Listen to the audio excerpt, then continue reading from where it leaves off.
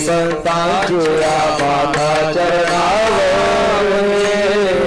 साष्टांग हे करे दंडवत साष्टांग हे करे दंडवत साष्टांग हे करे दंडवत साष्टांग हे करे दंडवत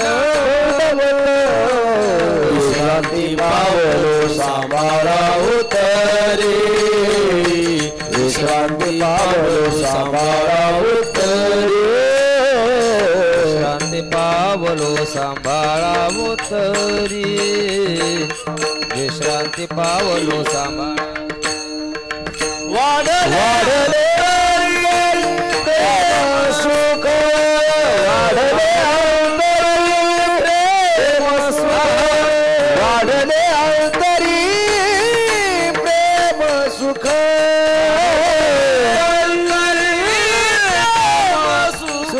विश्रांती पावलो सांभाळा उतरे विश्रांती पावलो सांभाळा उतरे पावलो सांभाळा उतरी विश्रांती पावलो सांभाळा उतरे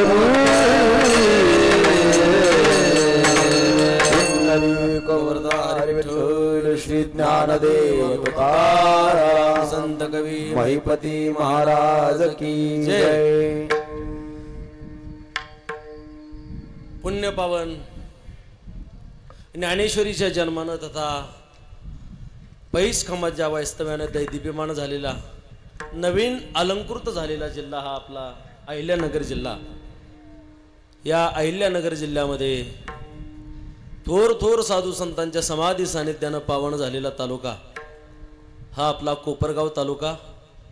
या कोपरगाव तालुक्यामध्ये काही परमार्थ करणारी वजनदार गावं आहेत. त्या वजनदार गावांपैकी हे आपलं शहापूर गाव. या शहापूर गावामध्ये मारुतीरायांच्या वास्तव्य असो होऊन तपपूर्तीकडे हा उत्सव वाटचाल करतो आहे. त्या तपपूर्तीच्या निमित्तानं श्रीमंत श्री जगद्गुरु तुकोबरायांच्या त्रिशतकोत्तर अमृत महोत्सवाच्या निमित्तानं हा दैदिप्यमान उत्सव या शहापूर फाट्यावरती संपन्न होतो आहे. महाराष्ट्रातली दिग्गज मंडळी या कार्यक्रमाकरता उपस्थित आहेत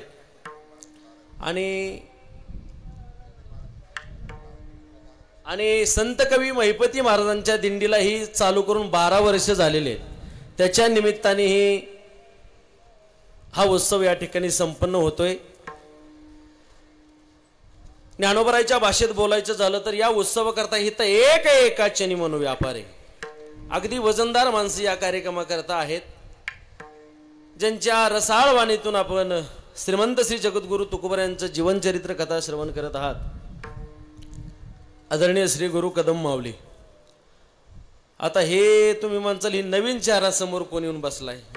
मोठे कदम आज जरा यायला त्यांना जमलं नाही म्हणून हे छोटे कदम बसवलेले. हे गदा फेक आमंत्रण माझ्याकडे आले.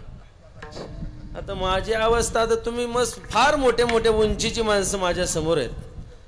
तयार असलेला विषय मांडायला काही अडचण नाही, पण एखादा विषय तयार नसेल तर त्याला फार पराकाष्ठा करावी लागते. पण कसं आहे, सेवेके करावे सांगितले काम. आदरणीय गुरुजींनी आज्ञा केली, थोडा वेळ बोलावं लागते. आता माझी अर्जुनासारखी अवस्था झाली, अंगम गलितम फलित. पण आता तुमच्या पाठिंब्यावर मी सरकार उभा केलंय. आता ते ढासळवायचं का काय करायचं तुम्ही ठरवायचं. कार्यक्रमाकरता उपस्थित श्रीमंत श्री जगद्गुरु तुकोबरायांचे वंश शिवचैतन्य महाराज या ठिकाणी उपस्थित आहेत. त्यांच्याही चरणावरती साष्टांग दंड नमन करतो. अगदी गुणजन गायक वादक मंडळी या ठिकाणी उपस्थित आहेत. थोर थोर महात्मे माणसे या ठिकाणी उपस्थित आहेत. मातृवर्ग पितृवर्ग सर्वांच्या चरणावरती विनम्र भावानं अभिवादन करतो. अगदी 5-6 तासात कथा आवरतो. घाबरू नका, आपल्याला संकल्पित वेळ, थोडा वेळ, जास्त लय दाट पेरणार नाही मी आज, धान्य कमी असल्यामुळं. असं धांडोळा घेत घेत आपल्याला कथा आज करायची आहे. श्रीमंत श्री जगद्गुरु तुकोबरायांचं जीवनचरित्र कथा आपण ऐकत आहोत. संतांचं चरित्र माणसाने ऐकलं पाहिजे. संतांचं चरित्र ऐकल्याच्या नंतर माणसाचे अनेक दोष निवारण होतात. कारण संत हे असे आहेत की देवापर्यंत जाण्याचा मार्ग मोकळा करून देणारे संत आहेत.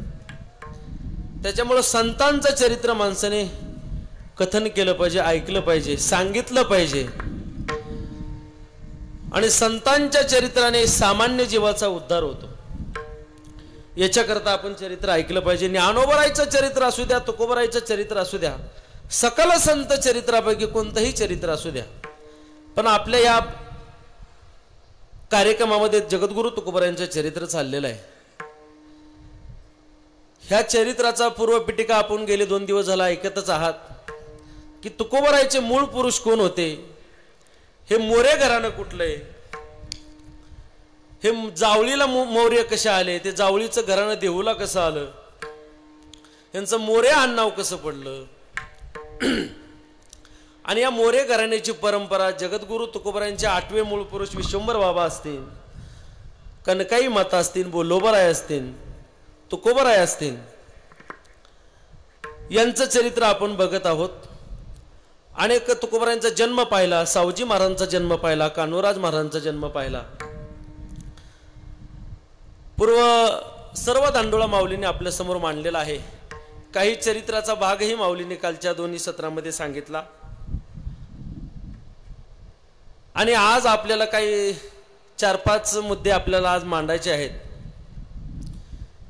की जगद्गुरु तुकोबराय व्यापार करण्याकरता घाटाच्या खाली गेले. बाला घाटाचा प्रसंग असेल. जगद्गुरु तुकोबरायांनी भामचंद्र डोंगरावरती अनुष्ठान केलं. तुकोबरायांनी ज्वारी राखायला घेतली. पुन्हा जिजाबाईंचा भगवान परमात्म्याने काटा कसा काढला, काटा काढला म्हणजे पायातला. आणि असे 4-5 जेवढे होतील तेवढे मी आपल्यासमोर मांडण्याचा प्रयत्न करणार आहे. सोप्या भाषेमध्ये, जास्त दाटव्यात काही मला मांडता येणार नाही. पण ज्या वेळेस आपल्या भक्तावरती काहीतरी संकट येतात, देव मात्र नक्की उभा राहतो. हे अनेक दांडोळे आपल्याला संत साहित्यामध्ये बघायला मिळतात.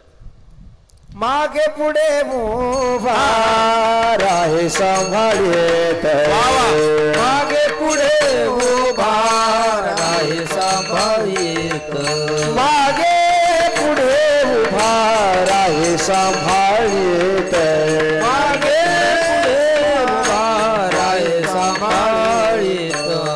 आलिया आघात निवाराया, आलिया आघात निवाराया, आलिया आघात निवाराया, आलिया आघात निवाराया.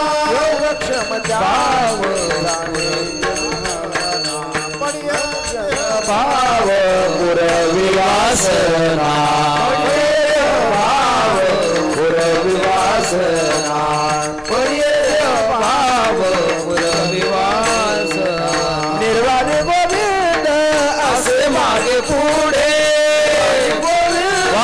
असे मागे पुढे, गोविंद असे मागे पुढे, गोविंद असे मागे पुढे. काही तसा करे पडे, काही तसा करे पडे, काही तसा करे पडे, काही तसा करे पडे.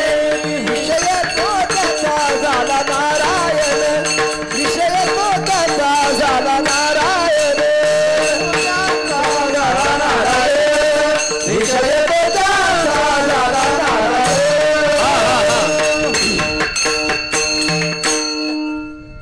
असे अनेक दांडोळे संत साहित्यामध्ये आपल्याला बघायला मिळतात. अनेक संतांचं साह्य भगवान परमात्म्याने केलं.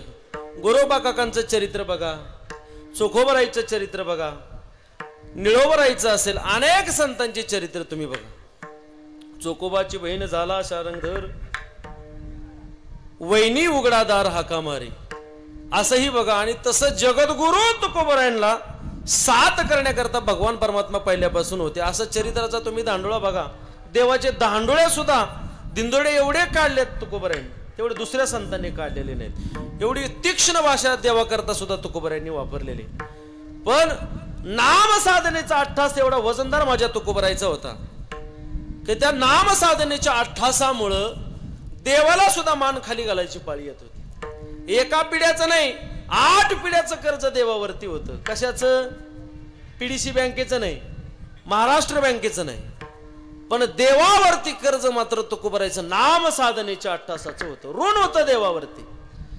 एखाद्याचं जर कर्ज आपल्यावरती असेल, तो जर व्यक्ती समोर दिसला तर आपण वाट चुकून जातो बा. हा का? त्याचं ऋण आपल्यावरती आहे, त्याचं कर्ज आपल्यावरती आहे, म्हणून आपण रस्ता चुकून जातो. तसं पिढ्यान पिढ्याचं माझ्या तुकोबरायांचं कर्ज देवावरती होतं, नाम साधनेच्या अट्टासाचं कर्ज होतं. पण देव कुणाच्या ऋणात, तुकोबराय कुणाच्या ऋणात राहिले नाहीत. तुकोबरायचं सोडावं, पण तुकोबरायचे मूळ पुरुष विश्वंभर बाबा, विश्वंभर बाबांचं सुद्धा चरित्र तुम्ही बघा. विश्वंभर बाबांनी सुद्धा देवाकडे कधी मागितलं नाही बुवा. हा, वडिलांचरित जाणत असो. विश्वंभर बाबा म्हणायचे माझ्या वडिलांची परंपरा आहे, न मागणारी परंपरा आहे. हा, असे वजनदार असणारे विश्वंभर बाबा. विश्वंभर बाबांचा विषय सोडा, बोल्लोबराय असतील, बोल्लोबरायने सुद्धा मागितलेलं कुठं दिसत नाही. हा, न मागणारे भक्त देवाला फार आवडतात. न मागणाऱ्या भक्ताची सेवा मात्र देव लवकर करतो. लोकायला देवाला मागायचा लय नाद महाराज, बारीक नाद लोकायला. हा, एकच वारी करणार, पण माझ्या पोराला नोकरी लागू दे. सोन्या, किलोचे टाळ लोकांनी पावशेरवर आणले, अजून स्वप्नात आला नाही, तर एका वारीमध्ये देव तुला पावणार आहे का? पण तुकोबरायचं तसं नव्हतं महाराज. देवाला तुकोबरायचे काम करावीच लागत होती. का? देवावरती ऋण तुकोबरायचं तेवढं होतं महाराज. अनेक गोष्टी आपल्याला अनेक दांडोळे जगद्गुरु तुकोबरायच्या चरित्रामध्ये बघायला मिळतात. संसाराचा वीट तुकोबरायला आला. कुणबी होते तुकोबराय, तसे दांडोळे चरित्रामध्ये तुकोबरायचे आलेले आहेत. कुणबी होते तुकोबराय, व्यवसाय करायचे. पण समद्या गोष्टीचा वीट आल्याच्या नंतर माणसाला कोणत्याही गोष्टीचा अभिमान नाही पाहिजे. आज बाहेरची लोक इथे येतात, व्यवसाय करतात. पंक्चर काढणारा बाहेरचा आहे, 1-1 रुपया 5-5 रुपये हवा माराय घेतो. वजनदार लोक गाड्या घेऊन त्याच्या समोर जातात. हा, 10 रुपये घे पण हवा मार. त्याच्या हवा मारूनच ह्यो फुकतो. माणसाने व्यवसाय करण्याकरता लाजलं नाही पाहिजे.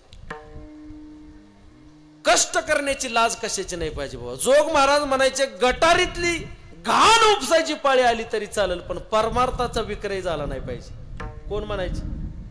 जोग महाराज. जोग महाराजांचं चरित्र तुम्ही ऐका. फार गोड सांगायचे जोग महाराज की बाबा परमार्थ विकून पैसा कमवायचा नाही. ही बुवा लोकांवरती ताशेरे वाढलेले आहेत की ती 500 रुपयासाठी गाडी माघारी आणतो, याच्याकरता चाललेला आहे. हा, की परमार्थ करत असताना निस्वार्थपणे परमार्थ झाला पाहिजे. तुकोबराय आख्या पंचकृषीमध्ये कीर्तन करायचे.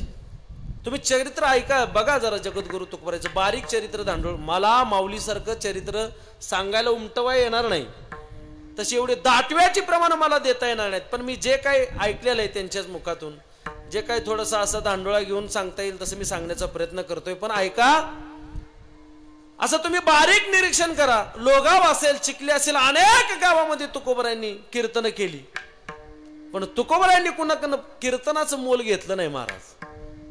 तसा हा अभंग तुकोबरायांनी खरा करून टाक. जेथे कीर्तन करावे तेथे अन्न न सेवावे, बुका लावू नये भाळा, माळ घालू नये गळा. या वचनाला मात्र जागृत राहणारे आमचे जगद्गुरु तुकोबराय. पण तुकोबरायने मात्र जे पुण्य विकतोय, जो कथा विकतोय, त्याच्यावरती मात्र ताशेरे तुकोबरायने वडलेले आहेत बरं का.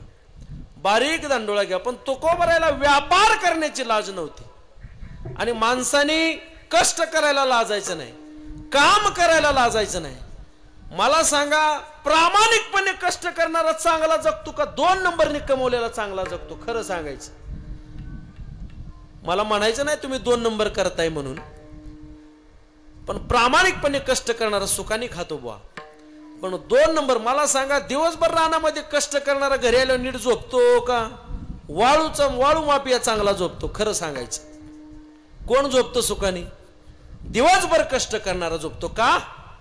प्रामाणिकपणे कष्ट करून कमवलेला आहे बुवा. पण 2 नंबर वाला वाळू मापी आहे, सुखाने झोपणार नाही. का? टिपर कोण नेतय का? जीसीपी कोण नेतय का? कलेक्टरच येतोय का? भीती त्याच्या मनामध्ये असते. पण त्याच्यामुळं माणसाने प्रामाणिकपणे कष्ट केलं पाहिजे. आणि प्रामाणिकपणे जोडून या धन उत्तम व्यवहार आहे.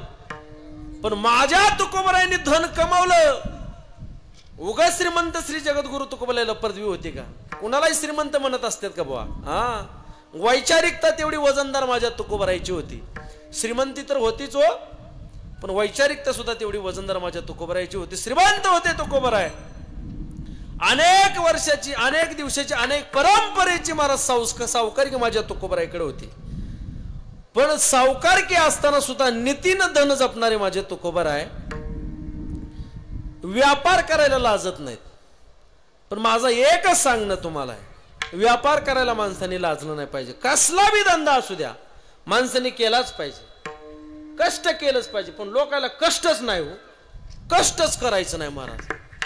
कष्टच नाही करायचं, तुला फळ कसं मिळेल? एक जणानं आंब्याचं झाड लावलं. आबा एका शिबिरातून असंच गेला, हे आंबे आहेत, हापूस आंबे आहेत, देवगडचे आंबे आहेत. हे झाड लावलं की एका वर्षात फळ येते म्हणली. काय म्हणली? एका वर्षात फळ येते. मग त्या शिबिरातून त्याने त्या आंब्याचं झाड नेलं आणि त्या आंब्याचं झाड लावलं. नुसतं नेलं हो, आणि एका वर्षानं ते सर्व शिबिरातील लोक त्याच्या घरी गेले. आणि घरी गेल्याच्या नंतर तो म्हणला, हे असं असतंय का म्हणे? 1 वर्ष झालं झाड आणले म्हणे, अजून झाडाला आंबच लागले नाही. ती म्हणले, कुठं लावलंय झाड? म्हणला, झाडच लावलं नाही. अरे झाड लावायचं कष्टच तू घेत नाही. तुला काय त्याला आंबे काय तुझ्या घरच्या जगदंबेने ठेवलेत का? त्याला आंबा लावायचं कष्ट आधी घ्यावं लागतं, तेव्हा त्याला वजनदार आंबे येतात. पहाडाला पिकलाय आंबा. आंबा कुठं पिकतो? तुमच्या इकडे काय शेवग्याच्या झाडाला पिकतो का आंबा? आंबा पहाडालाच पिकतो का नाही? आंबा जर पहाडाला पिकावं असं वाटत असेल, खावा जर तुम्हाला आंबा वाटत असेल, त्याच्याकरता आधी काय केलं पाहिजे? तुम्ही झाड लावलं पाहिजे. तसं तुम्हाला चांगलं वातावरण करायचं असेल, चांगले दिवस बघायचे असतील, आधी कष्ट करण्याची दानत माणसाने ठेवली पाहिजे. सायास केली वाचू देते नाही, केली वाचू देते, सायास केली वाचू देते नाही, केली वाचू देते. भविष्यावर काही घालू नये, भविष्यावर काही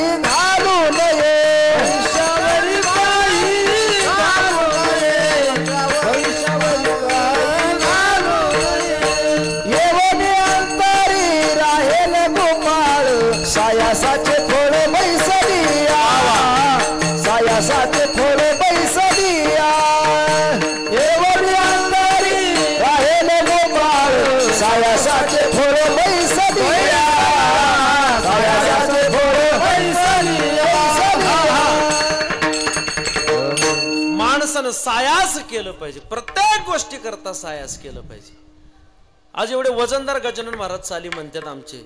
काहीतरी आळंदीमध्ये राहून सारे गप बस, आपलं सारे गप बसाच म्हणतो, सारे गम पदनिसा, सारे गम पदनिसा घासलीच असेल ना. ते वारकरी गायक आहेत, क्लासिकल उर्फ वारकरी गायक आहेत, गोड म्हणतायत. पण एवढा गोड आवाज तुमच्यापर्यंत येतो, काहीतरी सायास केला असेल का नाही? काहीतरी साधना केली असेल का नाही? का गेला आळंदी तर लगेच लागला नट भैरव म्हणायला?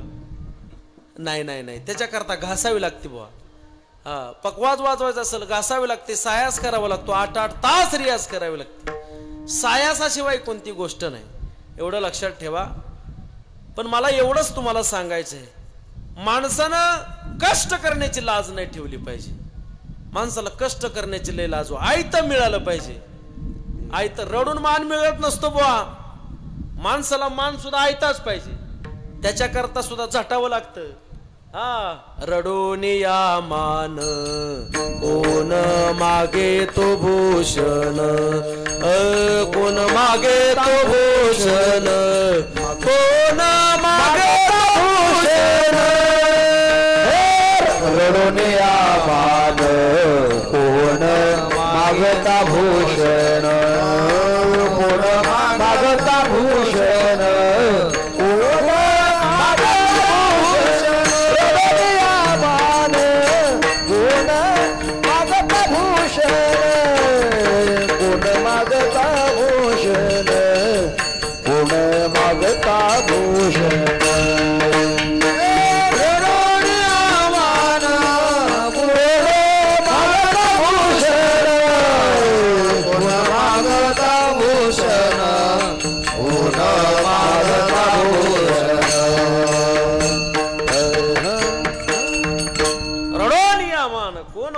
सांगतो भूषण, ऐका, रडून मान माणसाला मिळत नसतो, लोकाला होऊन मान मागायचा लय नाद, लय नाद. एक जण 8 दिवस कीर्तन ऐकाय समोर बसला. काल्याच्या दिवशी त्याला विचारलं, सांग कोणते कोणते अभंग झाले. तो म्हणला, मी का अभंग ऐकाय आलतो का? मग कशाला आलता? तुम्ही माझं नाव कधी कीर्तनात घेता हे ऐकायला आलो होतो. तुझं नाव तुझं पप्याच्या आईला घ्यायला लाव, तुझं ती नाव उखाणा घेऊन घे, पण कीर्तनकाराकडून गैर अपेक्षा लोकांनी ठेवल्या नाही पाहिजेत. हा, एवढं लक्षात ठेवा. हो ना, भिकेसाठी कोण राज्य देतो? रडून मान हा सेवेने मिळत असतो. प्रारब्धेची जोडे मान, प्रारब्धेची जोडे धन, अन्न मान धन हे तो प्रारब्ध आधी, सर्व गोष्टी प्रारब्धावरती अनुकूल आहेत बुवा. पण लक्षात घ्या, प्रत्येक गोष्टी करता मात्र सायास करावं लागतं. पण तुकोबरायकडं कष्ट करण्याच्या सायासा बाबतीत निर्भीडपणा होता तुकोबरायकडं. किती कष्ट केलेलं तुकोबरायचं दिसतं महाराज. तुकाराम महाराजांकडं अनेक परंपरेचं, अनेक दिवसापासून अनेक लोकांचं महाराज बांधिलकी तुकोबरायकडे होती, सावकार की तुकोबरायकडे होते, तरी पण कष्ट तुकाराम महाराज करायचे. आपल्याकडं 1.5 एकराची पट्टी असती, साधा बांगला असतो, मी काम करू का? हा, असं नाही. कष्ट केलं पाहिजे. पण तुकाराम महाराज मात्र व्यापार करायचे. आणि व्यापार करत असताना अनेक गोष्टी कालच्या सत्रामध्ये झाल्या. तुकाराम महाराजाला देवाने सहकार्य करावं लागलं. नदीच्या पलीकडून अलीकडे देवाने तुकोबरायला घेऊन आले. तसं तुकाराम महाराज व्यापार करण्याकरता घाटाच्या खाली जायचे. घाटाच्या खाली म्हणजे वर हा देहू आळंदी हा भाग वरचा आहे, आणि घाटाच्या खाली म्हणजे कोकण भाग खाली लागतो. खोपोली असेल, खाली रायगड असेल, समुद्र किनारा खालचा. खालच्या भागामध्ये जगद्गुरु तुकोबराय व्यापार करण्याकरता जायचे. पण एकदा व्यापार करायला जात असताना तुकोबरायांनी मिरच्या विकण्याकरता खाली घाटाच्या खाली नेल्या. आणि मिरच्या विकायला केल्याच्या नंतर एक समुद्र किनाऱ्यावरती भगवान परमात्म्याचं मंदिर पाहून, शिवजींचं मंदिर पाहून आपली सर्व बैल तुकोबरायांनी तिथं बांधली. आणि तुकोबराय व्यापार करण्याकरता त्या मंदिराच्या समोर बसले. आणि पूर्वीच्या काळामध्ये व्यापार करण्याकरता असं 5 खेड्यामधलं एक गाव कुठंतरी वजनदार असायचं. त्या वजनदार गावामध्ये लोक व्यापार करण्याकरता जायचे. कुणाच्या मिरच्या असतील, कुणाचे कांदे असतील, प्रत्येक जण तिथे व्यापार करण्याकरता जायचे. तसं जगद्गुरु तुकोबराय देहूवरून घाटाच्या खाली व्यापार करण्याकरता गेले. आणि व्यापार करण्याकरता गेल्याच्या नंतर तुकोबरायांनी मिरच्या नेल्या होत्या महाराज विकायला. असे पोते भरून मिरच्या नेल्या होत्या, अगदी वजनदार मिरच्या, कोल्हापुरी होत्या जरा. त्या नवीन पीक आणलं होतं तुकोबरायांनी. तिखट मिरच्या होत्या, अशा वजनदार मिरच्या. आणि त्या मिरच्या विकण्याकरता तुकोबराय घाटाच्या खाली गेले. पण अनेक परिसरातली लोक महाराज व्यापार करण्याकरता येत होते. पण तुकोबरायांनी नेलेल्या मिरच्या, या बसा, तुकोबरायांनी ज्या मिरच्या नेल्या होत्या, मिरच्याला लई गिराईक महाराज. तुकाराम महाराजांचा माल होता का ना, त्याच्यामुळं प्रत्येक लोक तुकाराम महाराजाकडे मिरच्या घ्यायला यायचे महाराज. बाकीचे लोक म्हणायचे, लगा आपण एवढा वजनदार माल आणून आपल्या ह्याला कोण हुंगना हिंग लावून विचारी ना, हे घाटाच्या वरचा माणूस. काका या समोर या, समोर या, समोर या, या या या पुढे या या या या या या वजनदार माणसं जरा पुढे वजनदार दिसतात, या पुढं. आणि मिरच्या घेण्याकरता परिसरातील सर्व लोक महाराज तुकोबरायकडे जायला लागले. ते लोक म्हणायचे, अरे घाटाच्या वरचा आहे, मिरच्या घेऊन आलाय, या आपलं हितलाच असून विकणं आणि यांचं कसं विकायला लागले. तुकाराम महाराजाकडे माप जरा डळतं माप होतं. डळतं माप आहे ना शब्द माहिती तुम्हाला. तुकाराम महाराज मिरच्या विकायचे, पण कसं माप होतं तुकोबरायचं, डळतं माप होतं महाराज. हा, असं कोणी आलं का नाही, ते माप असं तुकोबरायांनी धरायचं. आणि त्यांनी तुकाराम महाराज वाढत नसायचे, त्याला म्हणायचे घ्या तुमच्याच हाताने घ्या म्हणायचे. काय म्हणायचे तुकाराम महाराज, तुमच्याच हाताने घ्या. हा, पण ते लोक घ्यायला लागले. हा, फुकटचं घावलं बाप लाख धावलं. फुकटचं घावलं की लोक सुटीच देत नाहीत महाराज. पण ती घाटाच्या खालची लोक होते, ती म्हणायचे तुकाराम महाराज, तुकाराम महाराज आपले साधे बोळे होते महाराज, घ्या म्हणायचे तुमच्या हाताने घ्या, काही अडचण नाही. त्या मिरच्या घेतल्या ना, त्या मिरच्या मारत त्याच्यात डबल डबल टाकायच्या त्यांनी. बघा तुकाराम महाराज तुमच्या समोर मापून घेतलंय. मस्त तुकाराम महाराजाला कळत होतं, पण बोळे होते तुकोबाराय म्हणे हा घ्या घ्या म्हणायचे, काही अडचण नाही. महाराज अख्ख्या लोकांचा बाजार बसवला तुकाराम महाराजाच्या मिरच्यानी. हा लोक म्हणायचे अरे काय भानगड आहे. गोरोबा काकांच्या चरित्रात बी तसंच येतं महाराज. बाकीचे कुंभार म्हणायचे ह्याचीच मडकी कशी विकतात. देव माग होता ना महाराज, देवानं घडवलेली मडकी होती गोरोबा काकाची. फक्त काकांची मडकी विकायची महाराज, बाकीच्याची मडकीच विकत नव्हती. पण काकाची मात्र मडकी विकायची. का? देवानं घडवलेली होती ना. पण तुकोबारायचं असं वातावरण होतं महाराज. तुकाराम महाराजांनी आणलेल्या मिरच्या जरा बोळा स्वभाव होता. लोकांनी यायचं आणि गोड बोलायचं तुकोबारायला. गोड बोलून काटा काढणारी माणसं समाजात लय लय नाद लोकाला गोड बोलायचा महाराज. पण ध्यान धरा, गावाचं भावाचं साधूचं कधी खायचं नाही. तिळणात तिळ फुटून निघतो एवढं ध्यानात धरायचं. लोक गावाचं खात्यात, देवाच्या मारुतीचं तेल लोक चोरून नेतात. म्हणजे आता ह्याच्यापेक्षा काय पडझड आहे. हा देवाच्या दिव्यातल्या वाती लोकांनी न्याव्या. नाही नाही, गावाचं खाल्लं नाही पाहिजे, भावाचं खाल्लं नाही पाहिजे. भावाचा बी खायचा लोकाला लय नाद. तुम्ही अर्जुनाचं चरित्र बघा. भगवान परमात्म्याचं चरित्र सांगितलं जातं की अर्जुनाने भगवान परमात्म्याला सांगितलं की बाबा दोन्ही सैन्याच्या मध्ये आपला रथ घेऊन चल. सेनयोर भयोर मध्ये रथम स्थापमे अच्युत अच्युत उभयो सेनयो मध्ये रथम स्थापय. बुवा संस्कृत शिकणाऱ्या बुवाच्या सानिध्यातलाय म्हणून अन्वय केला बरं का. ऐका दोन्ही सैन्याच्या मधोमध रथ नेला. पण देव हुशार होते महाराज. देवाने रथ दुःशासनासमोर उभा नाही केला. दुःशासनासमोर जर रथ उभा केला असता तर गीता जन्मालाच आली नसती. हा कारण अर्जुनाचा महाराज दुःशासनावर राग होता. कारण काय कृत्य दुःशासनाने केलं होतं तुम्हाला ज्ञात आहे. पण रथ कुणासमोर नेला माहिती का देवाने? भीष्माचार्य, कृपाचार्य, द्रोणाचार्य. मी काय सांगतोय, भावाचं खाऊ नये. पण अर्जुन महाराज हुशार होता. पण ह्या म्हाताऱ्याच्या समोर नेली का नाही.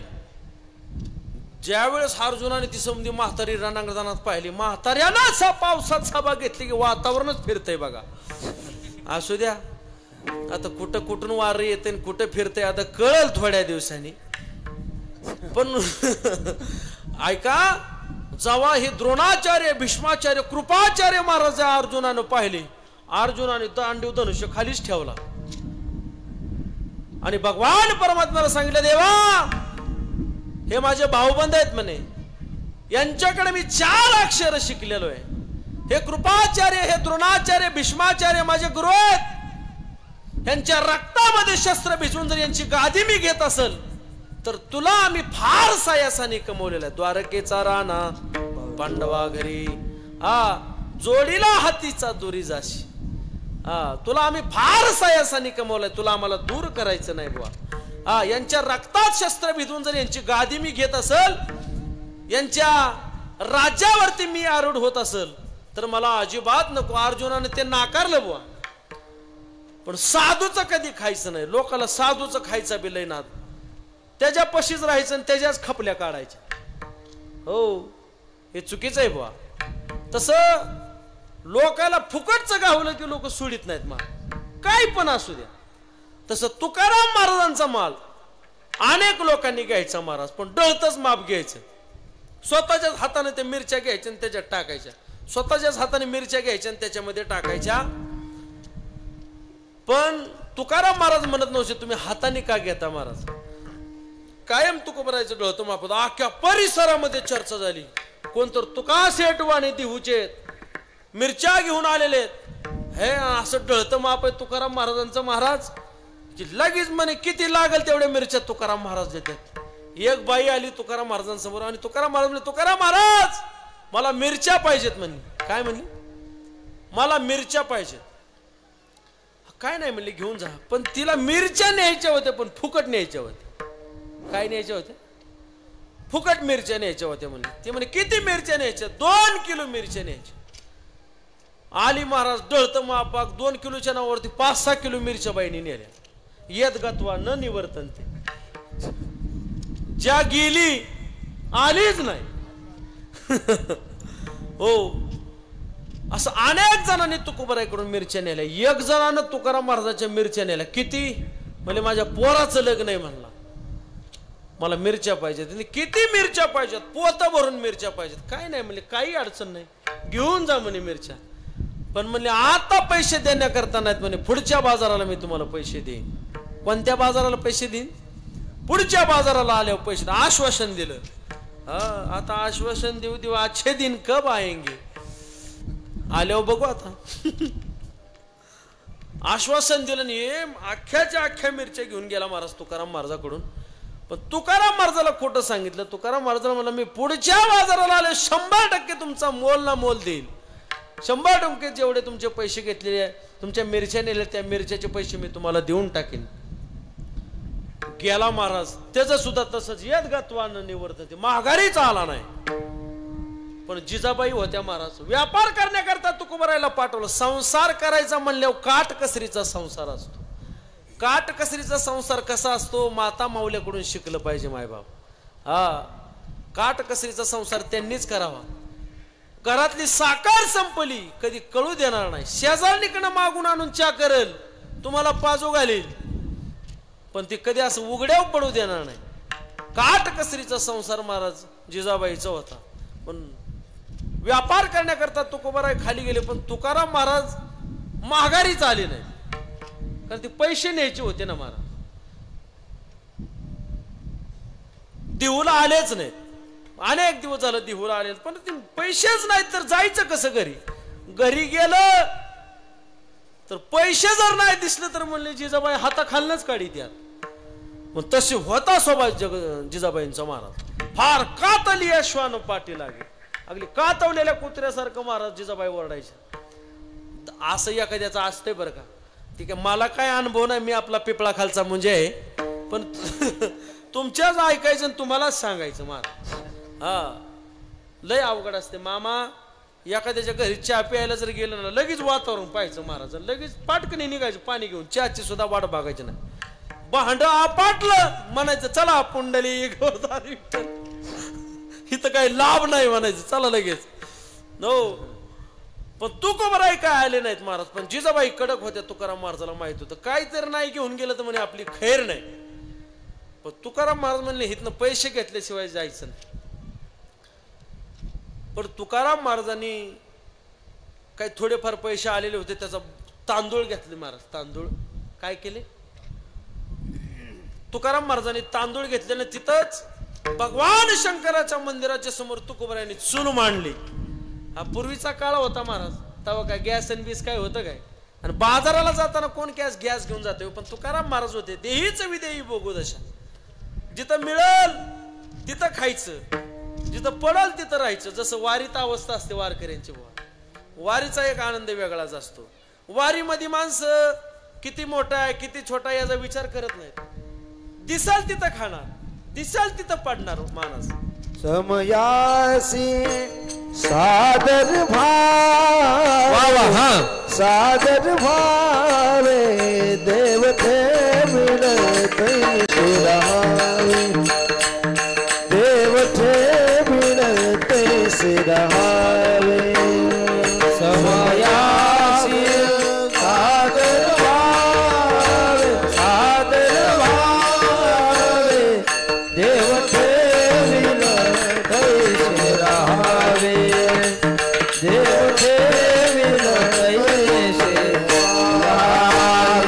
कोण दिवसी पैसोने आचमन, कोण दिवसी घरात नाही भान, कोण दिवसी पैसोने आचमन, कोण दिवसी घरात नाही दान, कोण दिवसी द्रव्याची साठवण, कोण दिवसी द्रव्याची साठवण.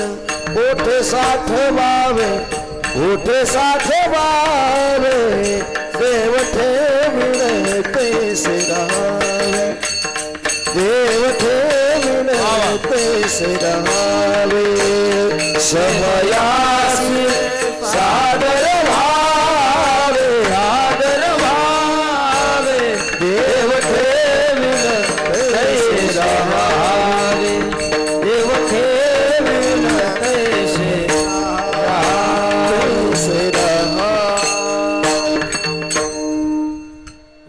माणसानं समयाला सादर राहिलं पाहिजे. जसा काळ आहे तसं जगता वागता आलं पाहिजे. बुवा मला एक गोष्ट तुम्हाला सांगायची आहे, ज्या कीर्तनकाराला समय सूचकता कळते, ज्याला प्रसंग अवधान पाहून वातावरण करता येतं महाराज, तो महाराष्ट्रात चालतो. प्रतिकूल काळामध्ये अनुकूल काळ जो निर्माण करतो तो महाराष्ट्रभर चालल्याशिवाय राहत नाही. प्रत्येक वेळेसच तुम्हाला पंचपक्वान्नाचं जेवण मिळेल असं सांगता येत नाही. प्रतिकूल काळामध्ये सुद्धा अनुकूल काळ निर्माण करता आला पाहिजे, त्याला बुवा म्हणायचं. कधी गायक असतात, कधी वादक असतात, कुठेतरी पडकी बाजू असते. अशा वेळेस सुद्धा त्याला वातावरण करता आलं पाहिजे, त्याला बुवा म्हणायचं. हा, नाहीतर पटीचेच गायक पाहिजेत, पटीचाच वाजवणारा पाहिजे. हा, असं जर तू वागला तर तुझी एक दिवस पटी पडल्याशिवाय राहणार नाही. हा, माणसानं वेळ काळ पाहून वातावरण केलं पाहिजे. त्या जुना काळ होता, तुकोबराने महिपती महाराज वर्णन करतात, तव एके तांदूळ आणले शेर, ते मोजून घेतले सत्वर, त्याच्या हिशोबे वैष्णववीर देत साचार मोजोनी. तांदूळ आणले महाराज तुकोबरायांनी, महिपती महाराज वर्णन करतात. तांदूळ आणले आणि ते तांदूळ शिजायला घातले. आता काय त्या तांदळासंग खायला काय तिथं काय दहीन तुपन दूधन काय होतं काय महाराज? अजिबात नाही. अगोदर जसं शिजवलंय तसं खाण्याचा प्रयत्न, पण असा वजनदार भात केला महाराज कुणी? तुकाराम महाराजांनी. अगदी मिटक्या मारू मारू तुकाराम महाराज खायला लागले. देवाच्या सुद्धा जिभेला पाणी सुटलं. देव म्हणले हा सुद्धा मला आपल्याला मिळाला पाहिजे. हो, तुकोबरांनी भात खाल्ला, समध्या गोष्टी केल्या, पण महाराज आता जायचं कसं? कोणाची येईना. जे ज्या मिरच्या घेऊन गेले महाराज, ज्यांनी ज्यांनी मिरच्या नेलेले होते ती कुणीच येणे ना बाजारात. तुकाराम महाराज एकटेच. आणि पैसे घेतल्याशिवाय दुसऱ्या मिरच्या आणायला पैसेच नाही, जायचं कसं देवाला? पण देवाला काळात, देवाला महाराज तुकोबरायची कीव आली. देव आले आणि सावकाराचं रूप भगवान परमात्म्याने धरलं. कोणाचं रूप धरलं? सावकाराचं रूप धरलं. ज्यांनी ज्यांनी मिरच्या नेलेल्या होत्या त्याची यादी देवाने तयार केली महाराज. देवाचा आहे तो, चतुरा तो शिरोमणी. काय कुणाचं काय कळत नाही देवाला महाराज. देवाने पेन घेतला असा हातात, वही काढली, त्या वहीवरती आख महाराज, कोणाने 2 किलो नेलत्या, कोणी 5 पिशव्या नेलेल्या, कोणी 1 पिशवी नेलेली, आखच्या आखी डिटेल महाराज देवाने काढली. आणि तुकाराम महाराजांच्या परस्परच देव महाराज त्यांच्या घरी वसुली अधिकारी होऊन, कुणाच्या घरी? ज्यांनी मिरच्या नेलत्या त्याच्या घरी. कोण गेले? देव. हा, पण ती म्हणे हो मी तुकाराम महाराजांचा सेवक आहे म्हणे. मग कस काय येणं केलं? म्हणजे तुम्ही तुकाराम महाराजाकडून लग्नाच्या पोरा करता 1 पोत भरून मिरच्या नेल्या होत्या, त्या मिरच्याचे पैसे नेण्याकरता आलोय. नाही नाही, तुकाराम महाराजांचा आमचा 6 महिन्याचा वायदा झाला होता. नाही नाही म्हणले, 6 महिन्याचा वायदा नाही, 2-3 दिवसात आम्ही तुम्हाला पैसे देतो होते तुकाराम महाराजांना. हा, तुमचे अजून पैसे आले नाहीत. तुकाराम महाराज इथंच आहेत म्हणे, त्यांनी मला पाठवले, पैसे घेतल्याशिवाय काय मी इथनं जात नाही. हा, तो काय म्हणला, आपण काय इथनं जाणार नाही. देव होते महाराज, ते वसुली केल्याशिवाय जाणार नाही म्हणले. तो काय पैसे द्यायला तयार नाही, देव काय निघायला तयार नाही. हा, पोराचं लगीन झालं की महाराज पूजेच्या दिवशीच देव तिथं हजर. मिरच्याचे पैसे काढावं लागतात म्हणे. मिरच्या फुकट आहेत का? कोल्हापूरच्या मिरच्या आहेत, कोल्हापूरची मिरची. हा, वजनदार मिरची न्यायला गोड वाटली म्हणे. पैसे देताना हात कापाय लागला, दाणे कापे. एखाद्याचं तसंच असतंय, घेताना लय गोड बोलत आहेत लोक. हा, मग लगेच तुमचं 2-4 दिवसात देऊन टाकू. मागाई गेलं की महाराज फोन उचलायचा नाही, फोन स्विच ऑफ करून टाकायचा, त्याची भेटच घ्यायची नाही. अशीच लोक आहेत महाराज. एखाद्याचं नेलं गोड बोलून नेतात, पण गुणानं काही देत नाहीत. हा, पण ध्यान धरा, कुणाचं नेलेलं जर काय तुम्ही दिलं नाही तर तुम्हाला बैल होऊन फेडावं लागेल. ध्यान धरायचं. हा, ऋण वैर हात्या हे तो न सुटेने देता, हे तो न सुटेने देता, हे तो न सुटेने देता. ऋण वैर हात्या हे तो न सुटेने देता, हे तो न सुटेने देता.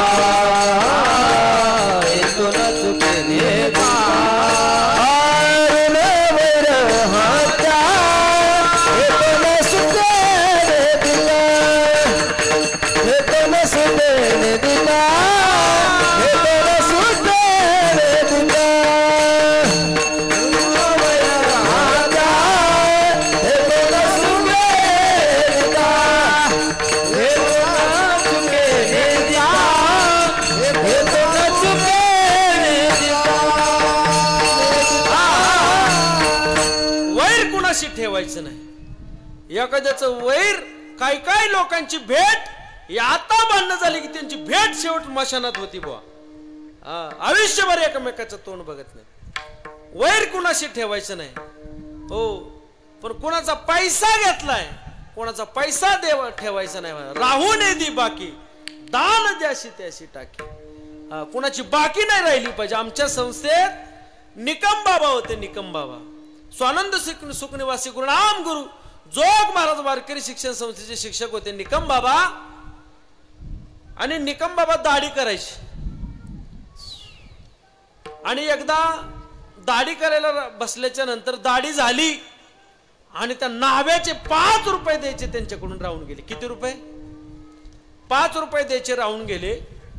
आणि तसंच उठून गेल्याच्या नंतर तो न्हावीही निघून गेला आणि बाबाही पाठ करण्याकरता निघून गेले. पण त्याचे 5 रुपये द्यायचे राहिले बाबाकडून. रात्रीच्या 12 वाजता जाऊन बाबाने त्याचं दार वाजवलं आणि त्याला उठवलं आणि त्या न्हाव्याला म्हणले, हे तुझे 5 रुपये दाढी करायचे राहिलेले आहेत, हे घेऊन टाक म्हणले. म्हणजे बाबा, मी उद्या सकाळी येऊन तुमच्याकडनं 5 रुपये नेले असते, आता तुम्ही यायची काही गरज नव्हती. त्यावेळेस बाबाने दिलेलं फार उत्तर गोड आहे. ऐक, हे 5 रुपये तुझे माझ्याकडे राहिलेले आहेत, पण यदा कदाचित उद्याचा दिवस मी बघल असं सांगता येणार नाही. हे 5 रुपयाचं तुझं ऋण आयुष्यभर माझ्यावरती राहील आणि हे 5 रुपये फेडण्याकरता महाराज मला बैल व्हावं लागेल. हे कुणी सांगितलं? बाबांनी सांगितलं. माणसं फार मोठी होती, फार फार फार मोठ्या उंचीची माणसं होती. निकम बाबांनी त्याला असं सांगितलं, सकाळी मी जिवंतच राहील असं सांगता येत नाही, हे तुझे 5 रुपये घे.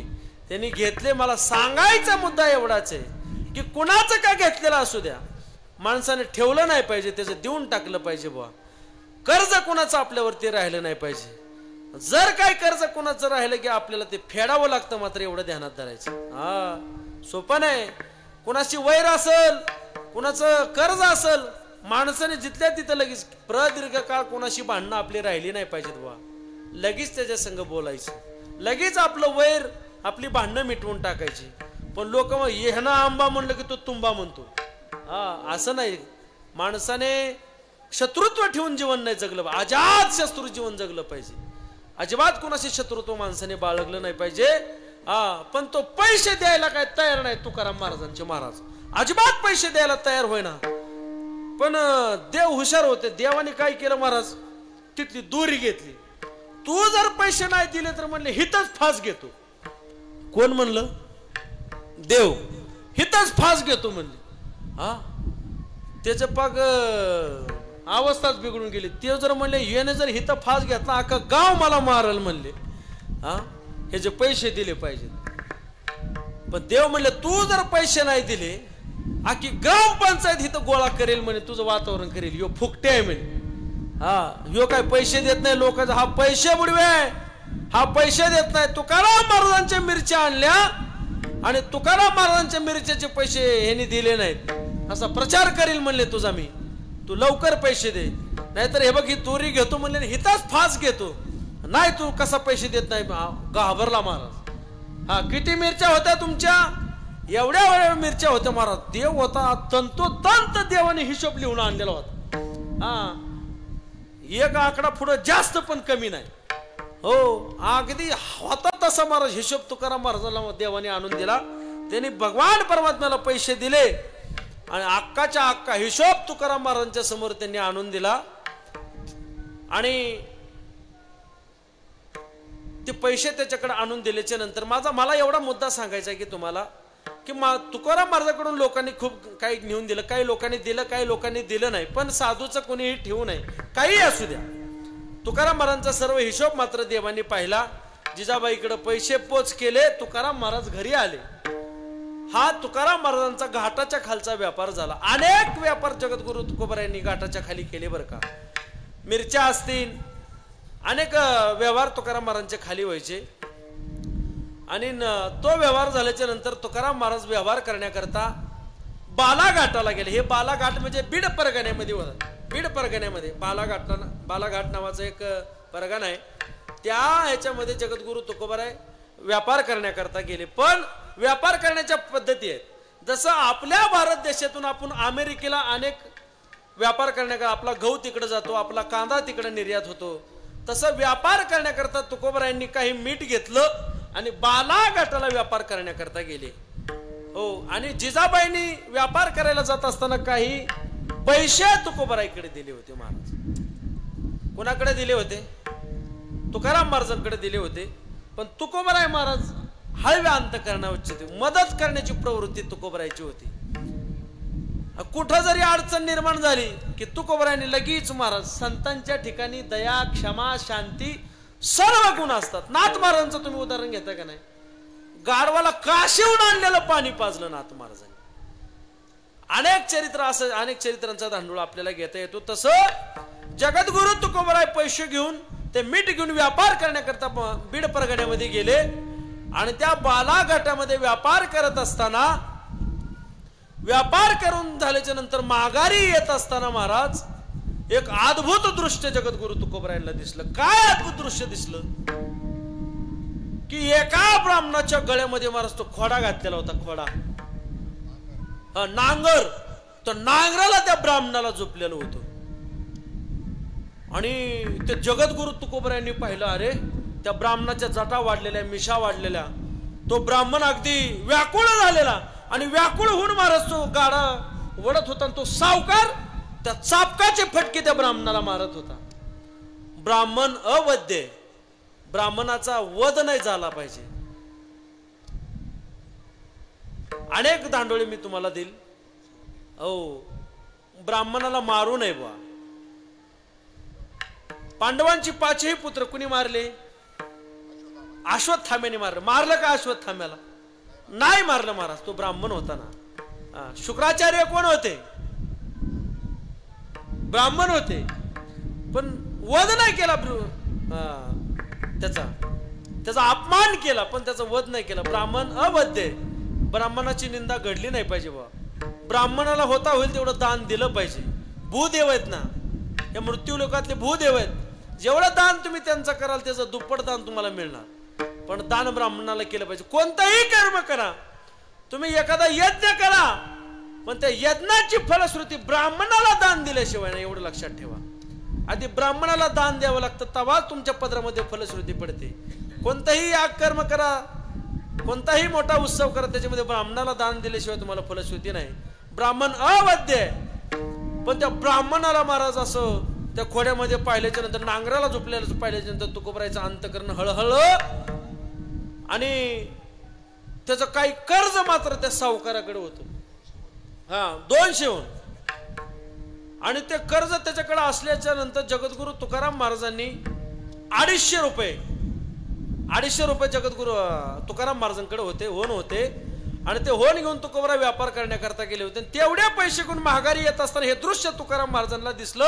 अंतकरण हळहळ, आणि महाराज तो सावकार त्या ब्राह्मणाला मारत असताना तुकाराम महाराजांना ते बघवलं नाही. महाराज तुकाराम महाराजांचा अंतकरणाला फार दुःख झालं. त्या सावकाराची भेट तुकाराम महाराजांनी घेतली. ते म्हणजे काय अडचण आहे, काय या ब्राह्मणाला तुम्ही एवढं कष्ट देताय म्हणले, तुम्ही त्याच्यावरती हसूड उघडताय, त्याला नांगराला झोपलेला आहे, काय याच्यावरती एवढा अन्याय चाललेला आहे. त्यावेळेस त्या सावकाराने, हे बघा म्हणून मी सांगत असतो कुणाच्याही नादी लागायचे तुम्ही, सावकाराच्या नादी नाही लागायचं. महाराज अनेक लोकांनी महाराज असा पैसा घेतला आणि त्यांची माती महाराज सावकार लोकांनी केली, घरच्या घर लिहून घेतली. कुणाचं कष्ट करा, खायला नाही मिळालं तरी चालेल, 2 दिवस उपाशी करत राहा, पण कुणाचं सावकाराचं मोल काय तुम्ही काढू नका बुवा. फार विचित्र. काय करतील सावकार सांगता येत नाही. पण त्याची परिस्थिती त्या ब्राह्मणावरती आली आणि त्या ब्राह्मणाला महाराज ते महाराज तुकोबरायांना सहन झालं नाही. तुकोबरायांनी जे काही जवळचे पैसे होते महाराज त्या सावकाराला दिले, त्याचं मोल त्याचं चुकून टाकलं, त्या ब्राह्मणाला जवळ घेतलं आणि त्या ब्राह्मणाची सर्व दाढी वगैरे केली, सर्व मोल. पण ही पैसे जिजाबाईंनी दिलेले होते महाराज. पण देव प्रत्येक वेळेस महाराज देवानी सहकार्य माझ्या तुकोबरायचं केलं. तुम्ही बघा त्या ब्राह्मणाला त्याच्यामधून मुक्त केलं तुकोबरायांनी आणि तुकोबराय घरी आले. पण प्रत्येक गोष्टी सहकार्य तुकोबरायांना आहे का नाही देवाचं? कोणतंही असू द्या, कोणतंही चरित्र बघा तुम्ही. आपण घाटाच्या खालचं चरित्र मिरच्या विकणारा सांगितलं, देवाने सहकार्य केलं. बालाघाटाचं चरित्र, त्यात सुद्धा देवाने सहकार्य मात्र केलं तुकोबरायांना. अनेक गोष्टीमध्ये तुकोबरायन करता सहकार्य केलं. तिसरा मुद्दा मला आपल्या समोर मांडायचा आहे. मिरच्या विकायला तुकोबराय गेले, व्यापार उत्तम केला, पण लोकांनी फायदा तुकाराम महाराजांचा घेतला. पण देवाने साथ दिली. बालाघाटाला गेले, चुकीचं दृश्य समोर दिसलं, तिथं सुद्धा देवाने सहकार्य केलं.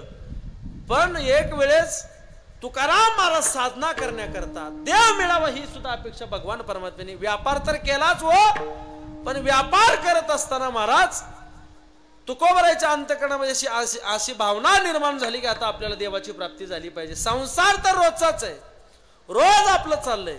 आज इकडे व्यापार आहे, उद्या तिकडे व्यापार आहे, रोज आपण व्यापार करतोय, पण देवाच्या प्राप्तीपासून आपण वंचित राहायला लागलो.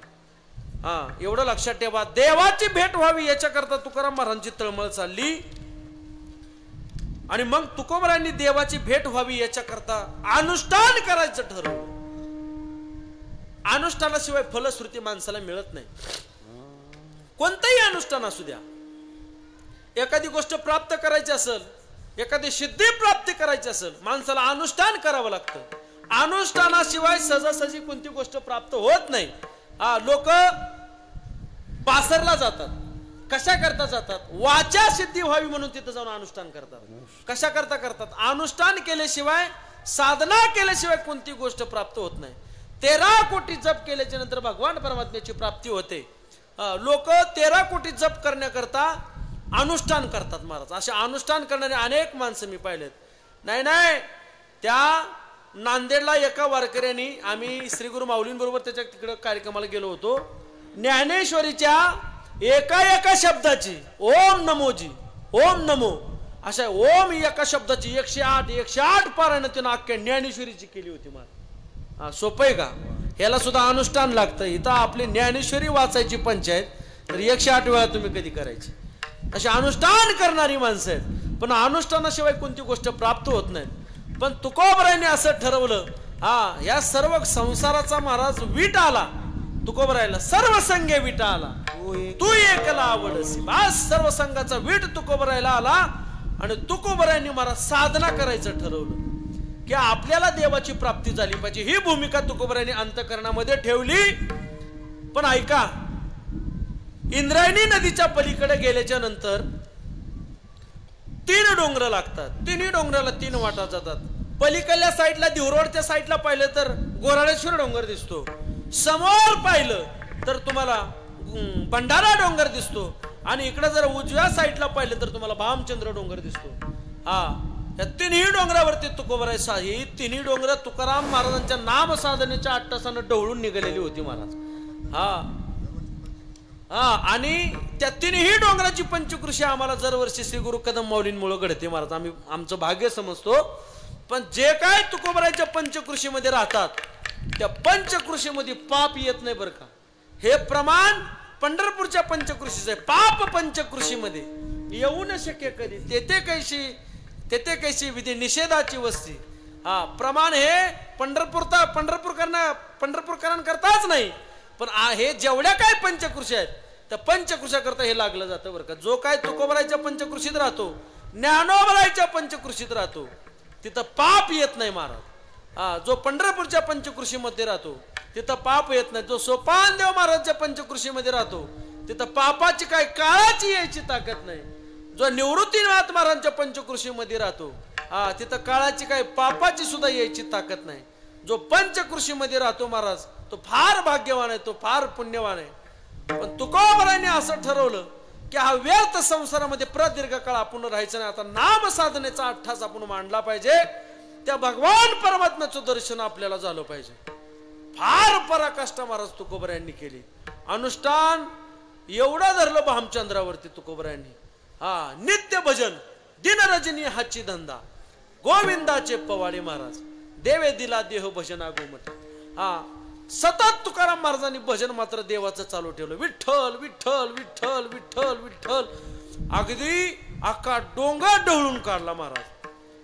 पण तुकोबरायाने अनुष्ठान लावलं. पण अनुष्ठान, ज्याला अनुष्ठान करायचंय ना, लोकांतामध्ये अनुष्ठान घडत नाही मायबाप, एवढं लक्षात ठेवा. लौकिकामध्ये परमार्थ घडत नसतो. परमार्थ करण्याकरता माणसाने एकांतवास साधला पाहिजे. युग शुकाचार्य परमपूज्य डोंगरेजी महाराज म्हणतात, संग का रंग लगताही है. माणूस जेवढा लोकांतात जाईल तेवढा त्याचा परमार्थ नष्ट होतो. जेवढा माणूस एकांतामध्ये जाईल तेवढी साधना त्याची श्रेष्ठ होती. बुवा बंकट स्वामी महाराजांनी गाथा पाठ केला गोरडेश्वर डोंगरावरती. कुठं? एकांतवासामध्ये. अनेक जणांचं चरित्र आपल्या समोर मांडता येईल. थोर महात्म्यांनी गाथे पाठ केले, पण ती कुठं? एकांतवासामध्ये. तुका म्हणे आम्हा एकांताचा वास, तुका म्हणे आम्हा एकांताचा वास. ब्रह्मी ब्रह्मरस सेवू सदा, सेवू सदा. ब्रह्मी ब्रह्मरस सेवू सदा. तुका म्हणे आम्हा एकांताचा वास, तुका म्हणे आम्हा एकांताचा वास.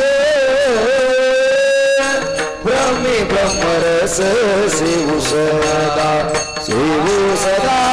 ब्रह्मी ब्रह्मरस सेवू सदा, सेवू सदा, सेवू सदा. साधना करायची आहे. ज्याला साधना करायची त्याने एकांतवासामध्ये गेलं पाहिजे. कोणताही अनुष्ठान असू द्या, एकांतवासाशिवाय साध्य होत नाही. नामचिंतन करायचंय. लौकिकामध्ये तुम्ही भजन करू शकता का? नाही. त्याला भगवान परमात्म्याची प्राप्ती करायची, देव मिळवायचा आहे, त्याला 13 कोटी जप करायचा असं जर तुम्ही ठरवलं तर संसारात घरात बसल्या जप होत असतो का? नाही. घरामध्ये बसलं की संसाराच्या पिढा तुमच्या पाठीमागे लागल्याशिवाय राहत नाहीत. पण देव मिळवायचा आहे. पण देव मिळवायचा असेल तर तुम्हाला एकांतवासामध्ये गेलं पाहिजे. एकांतवास हे गंगा स्नानी. एकांतवासात गेलं पाहिजे माणसाने. एकांतवासाशिवाय साधना घडत नाही. एकांतवासात गेल्यानंतर काय केलं पाहिजे? झाडाशी साजणी चावळीचे सुखे. चावळीचे शब्दाचा अर्थ होतो बोलणे. एकांतवासात चावळीचे म्हणजे आपण झोपीत चावळत नाही का? झोपीतच लोकांना बोलायचा नाद असतो. झोपीतच लोक, एखादा ड्रायव्हर असेल झोपीतच गिअर टाकीतो, ब्रेक हाणीतो.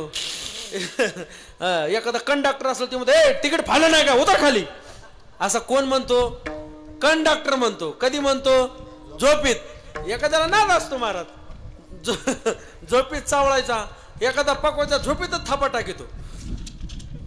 आमचे स्वामी नाहीत तसं करत, पण एखादा पकवायचा असा नाद असतो महाराज. चावळीचे सुखे. चावळीचे म्हणजे चावळणं. पण एकांतात गेल्यावर काय केलं पाहिजे? आपण एकांतात गेल्याच्या नंतर झाडाशी संवाद साधला पाहिजे. कोणत्या झाडाशी संवाद साधला पाहिजे? प्रत्येक झाडाशी. मात्र वृक्षवल्ली आम्हा सोयरे वनचरे, पक्षीही सुस्वरे आळ येणे सुखे रुचे. एकांताचा वास नाही गुणदोष अंगा येत तुकोबराय म्हणतात. आवडी विठ्ठल गायीचे एकांती, आवडी विठ्ठल गायीचे एकांती. गायीचे एकांती, आवडी विठ्ठल गायीचे एकांती, आवडी विठ्ठल गायीचे एकांती, आवडी विठ्ठल गायीचे एकांती, आवडी विठ्ठल गायीचे एकांती, आवडी विठ्ठल गायीचे एकांती. अलभ्यते येती लाभ खरा, अलभ्यते येती लाभ खरा. आवडी विठ्ठल गायीचे एकांती, आवडी विठ्ठल गायीचे एकांती. लाभ खरा, अलभ्यते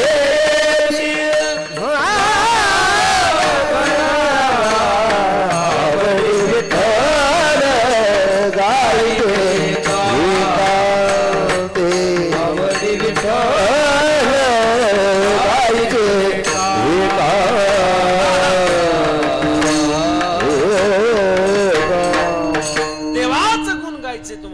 भजन करायचंय, त्याचं भजन करण्याकरता माणसाने एकांतात गेलं पाहिजे. एकांतात गेल्याच्या नंतर माणसाची साधना होते बरं का. पण एकांतात गेल्यानंतर काय केलं पाहिजे, त्या झाडाशी आपण संवाद साधला पाहिजे. कोणत्या झाडाशी संवाद साधला पाहिजे? हे कडंबा तू माझा भाऊ आहेस, हे तुळशी तू माझी बहीण आहेस, हे वडा तू माझा काका आहेस. फक्त गांजाच्या झाडाशी काही मैत्री करू नका. हो, झाडाशी आपण संवाद केला पाहिजे. हो, एकांतवास. लोकाला टापा हाणायचा लय नादू, गप्पा हाणायचाच लय. काय गप्पा हानी त्यात मला काही कळतच नाही. टापा काय हाणायचा दावंतर लोकांनी. हा, वेळ मिळाला काळ जाऊन ये दुवाया.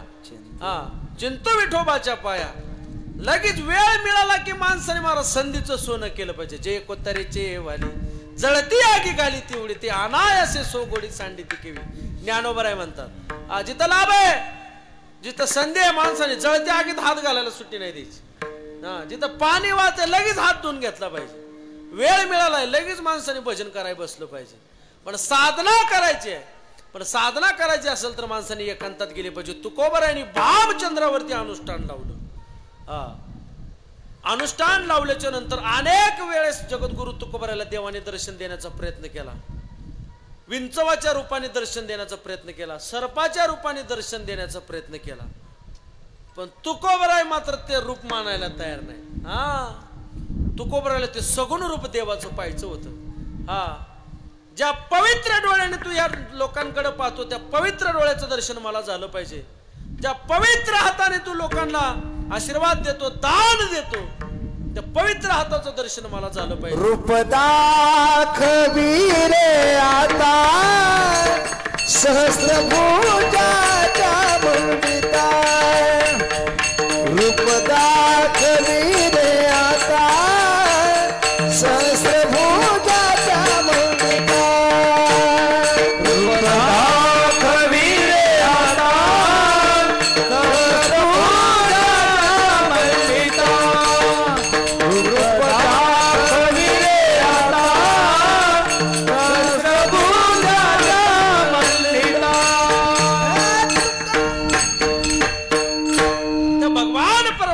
तशा स्वरूपाचं दर्शन झालं पाहिजे. पण ऐका, तुकोबराय मान्य करायला तयार नाहीत.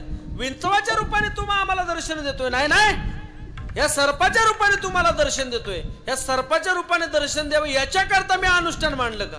मी अनुष्ठान कशा करता मांडलं? फक्त तुझ्या सगुण रूपाचं मला दर्शन झालं पाहिजे. कर कटावरी तुळशीच्या माळा ऐशा रूप डोळा दावे हरे. असं स्वरूप मला तुझं बघायचंय. हा, तुका पाया लागे दान समुदाय मागे. हे प्रमाण कसं घ्यायचं? समुदाय शब्दाचा अर्थ असा होतो, हे सर्व स्वरूप तुझं. कोणतं स्वरूप? हे पवित्र नैन्य रूप असणारे डोळे मला दिसले पाहिजेत. हे पवित्र तुझे हात करकटावरती असणारे मला दिसले पाहिजेत. हा, तो पितांबर घातलेला तो देव मला दिसला पाहिजे.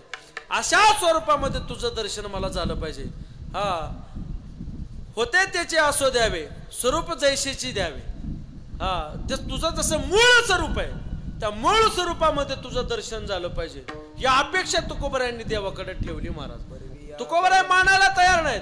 जोपर्यंत तुझ्या मूळ स्वरूपामध्ये तुम्हाला देऊन दर्शन देत नाही तोपर्यंत मी काय अनुष्ठान सोडत नाही म्हणजे. हा, पण 15 दिवसा माझी साक्षात्कार झाला, विठोबा भेटला निराकार. हो, 15 दिवसानंतर भगवान परमात्म्याचं असं लावण्य स्वरूप जगद्गुरु तुकोबरायच्या समोर महाराज आलं. तुकोबराय प्रसन्न झाले. आनंद अंतकरणापासून जगद्गुरु तुकोबरायला झाला. 15 दिवसाचं अनुष्ठान कोणी केलं? तुकोबरायांनी केलं महाराज. मला एवढंच सांगायचंय, देव मिळवण्याकरता तुकोबरायांनी अनुष्ठान केलं. हा, सहजासहजी अनुष्ठान केल्याशिवाय कोणती गोष्ट प्राप्त होत नाही, एवढं लक्षात ठेवायचं. सहजा होतच नाही, तुम्ही किती प्रयत्न करा. हा, 1.5 दिवसातून कोलं उसत असं होत नसते. त्याच्याकरता घासावी लागते, त्याच्याकरता साधना करावी लागते. पण 15 दिवसाच्या नंतर भगवान परमात्म्याने देवाला मात्र सगुण रूपाचं दर्शन दिलं. पण तुकोबरायांचा देवाचा संवाद मात्र कान्होबा महाराजांनी पाहिला.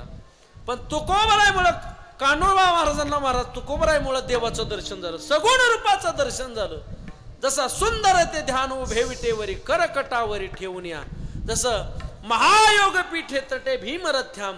जसं देवाचं स्वरूप आहे आज या असं लावण्य पुंज तेज राशी असं स्वरूप मात्र कान्होबरायांना तुकोबरायमुळे दर्शन झालं. आणि तुकोबरायांना 15 दिवस अनुष्ठान केल्यामुळे देवाचं दर्शन झालं. कधी दर्शन झालं? 15 दिवस अनुष्ठान केल्यामुळे दर्शन झालं. का सहजासहजी दर्शन झालं?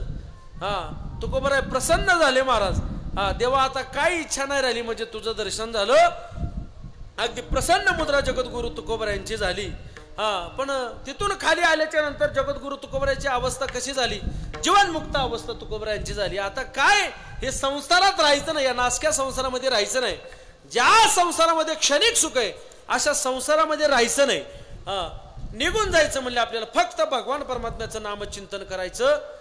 ज्या काय लोकांच्या कर्जाच्या वह्या तुकोबराईकडे होत्या, ज्या काही कर्जाच्या वह्या होत्या, ज्या काही थोड्याफार होत्या, ते कान्होराज महाराजांकडे दिल्या. आणि बाकीच्या वह्या जगद्गुरु तुकोबरायांनी सर्वच्या सर्व महाराज इंद्रायणीमध्ये बुडवून दिल्या. या जगाच्या पाठीवरती सर्वात पहिली कर्जमाफी जर कुणी केली असेल तर माझ्या जगद्गुरु तुकोबरायांनी केली महाराज. हा, सर्व कर्जाच्या वह्या आपण बुडवल्या नसत्या, शून्याच्या पुढे शून्य दिला असता. हा, आपण लय चतुर. पण तुकाराम महाराज होते, हा, अजिबात नाही म्हणले हे कष्ट करणार आहेत ना यांच्या करता सुकाळ करून द्यायचा म्हणून सर्व वह्या तुकोबरायांनी महाराज त्याच्यामध्ये टाकल्या आणि फक्त भगवान परमात्म्याचं भजन करायला त्यांनी चालू केलं. संसार एवढा उद्विग्न संसार नंतर जगद्गुरु तुकोबरायांनी केला. दर्शन देवाचं झाल्याच्या नंतर संसाराकडे लक्षच दिलं नाही तुकोबरायांनी. फक्त महाराज भजन करायचे, नित्य भजन देवाचं असायचं. सारखं भजन जगद्गुरु तुकोबरायचं असायचं. पण भजन करत असताना एकदा काय झालं, एक जणाचा महाराज ज्वारी राखायला तुकोबरायांनी घेतली. काय घेतली? ज्वारी राखायला घेतली महाराज. पण कोण्याही जीवाचा न घडो मत्सर, वर्मे सर्वेश्वर पूजनाची. पक्षी असो, प्राणी असो, काय असो, कोणाचाही मत्सर घडला नाही पाहिजे. हा, कोणाचाही मत्सर न घडणं ही सुद्धा एक प्रकारची पूजाच आहे. पण तुकोबराय म्हणले कोणाचाही मत्सर घडला नाही पाहिजे. ज्वारी अशी वजनदार आलेली होती महाराज, असे गोंडे आलेले होते त्या ज्वारीला. ती ज्वारी राखण्याकरता तुकोबरायांनी घेतली. पण ती पक्षी यायची महाराज. काय, ते पक्षी यायचे आणि ती ज्वारीचे दाणे खायचे. पण तुकोबरायची इच्छाच होत नव्हती महाराज त्या पक्षाला मारायची. तुकोबराय म्हणायचे या या, हे सर्व खा म्हणायचे. नाही नाही, नंतर तुकाराम महाराजांनी त्या पक्षाला पाणी प्यायची सोय केली. हा, तुकाराम महाराजांनी काय करायचं, पाणी आणायचं आणि ती पाणी महाराज त्या झाडाला बांधायचं. पक्षी हा गाडगे भरून ठेवायचे तुकाराम महाराज. हा, एवढं म्हणजे एवढी सेवा त्या पक्ष्यांची केली. एवढी ज्वारी होती, 1 एकर 2 एकर महाराज आखी पक्ष्यांनी खाल्ली. जिथं 16-17 खांड्या होणार धान्य तिथं 2च खांड्या झालं. वैतागला ना महाराज तो. ज्याची ज्वारी राखण्याकरता ते आले होते, ज्याची ज्वारी राखण्याकरता जगद्गुरु तुकाराम महाराज गेले होते महाराज. हा, तो 1 महिन्याने आला. हा, 1 महिन्याने आल्याच्या नंतर त्यांनी पाहिलं तर पाखरांनी ज्वारी खाऊन टाकली, एक दाणा नाही ठेवला. वैतागला महाराज तुकाराम महाराजावरती. तुकाराम महाराज काय केलं म्हणले तुम्ही? मी तुम्हाला काय सांगितलं होतं, तुम्ही काय केलं? तुम्ही म्हणले तुम्ही मला फक्त पाखरं राखायला सांगितले, मी फक्त पाखरं राखली. तुम्ही कुठं म्हणले खाताना पाखरं उडवा. हो, पण हे पक्षी आले, समधी पाखरं आले म्हणजे त्याची पाणी प्यायची 3 टाइम सोय केली म्हणले. अगदी जंक्शन सकाळी 6 वाजताच नाश्ता चालू यांचा म्हणले. अगदी वजनदार यांची सोय केली म्हणजे अजिबात यांना काही कमी पडू नाही दिलं. महाराज तो शेतकरी तुकोबरायवरती फार म्हणजे फार नाराज झाला. 2 खांड्या धान्य मोजून आलं, राखायला 2 खांड्या धान्य दिलं होतं.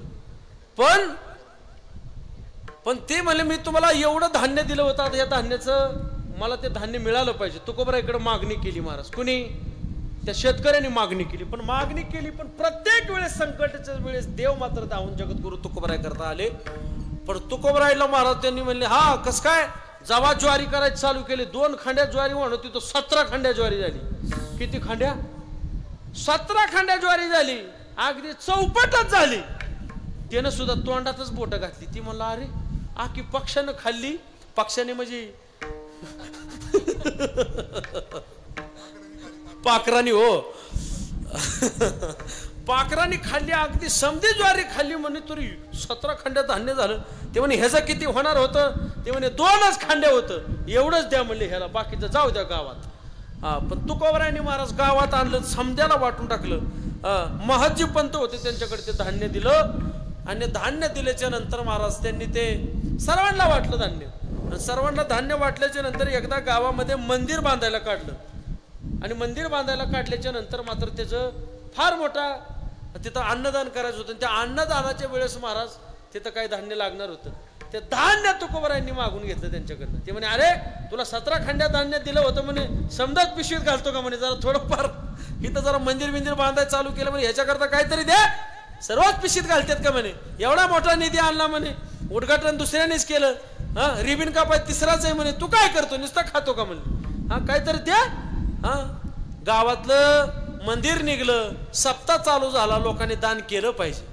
हा एका हाताने तुम्ही दिलं तर 10 हाताने तो तुम्हाला देणार आहे, एवढं लक्षात ठेवायचं. सप्ताह असू द्या, मंदिर असू द्या, काय पण असू द्या, माणसाने दान केलं पाहिजे. लोक दान करायचं म्हणजे लोकांचा हात कापतो, दाने कापे हात. पैसे द्यायचं म्हणलं की हाताला लाकवाच फुटतो माणसाची, पण दिलं पाहिजे. याच्यासारखं पवित्र दान कुठं आहे का हो? सप्त्याच्या ठिकाणी दिलं पाहिजे, मंदिराच्या ठिकाणी माणसाने दिलं पाहिजे हो. आणि त्याच्याकडून धान्य आणून मात्र सर्वाला मात्र पंगत तुकोबरायांनी केली हो. तदनंतर अनेक प्रसंग घडले. भंडारा डोंगरावरती साधना करायला तुकोबराय जायचे. ऐका बरं का, भंडारा डोंगरावरती साधना करायला जगद्गुरु तुकोबराय जायचे. पण अवली अशी होती महाराज, संसाराकडे तुकोबराय महाराजांचं लक्ष नव्हतं. पण अवली म्हणायचे, अहो तुम्ही भजन करण्याकरता जाताय, पण तुम्ही कोणत्या डोंगरावरती जाताय मला कळत नाही. एवढं प्रेम जगद्गुरु तुकोबरायावरती अवलीचं होतं. लोक म्हणायचे अवलीला कडक होती, निस्ती शिवाय देत होती, येडे आहे तुम्ही. तुकाराम महाराजांचं चरित्र बारीक धांडोळा काढा की तुकोबरायावरती किती प्रेम अवलीचं होतं. पूर्वीच्या काळातल्या माता माऊल्या आधी नवऱ्याला जीव घालायच्या, नंतर त्या खायच्या. जुन्या सांगतो मी, जुन्या काळातलं, आता नाही हो.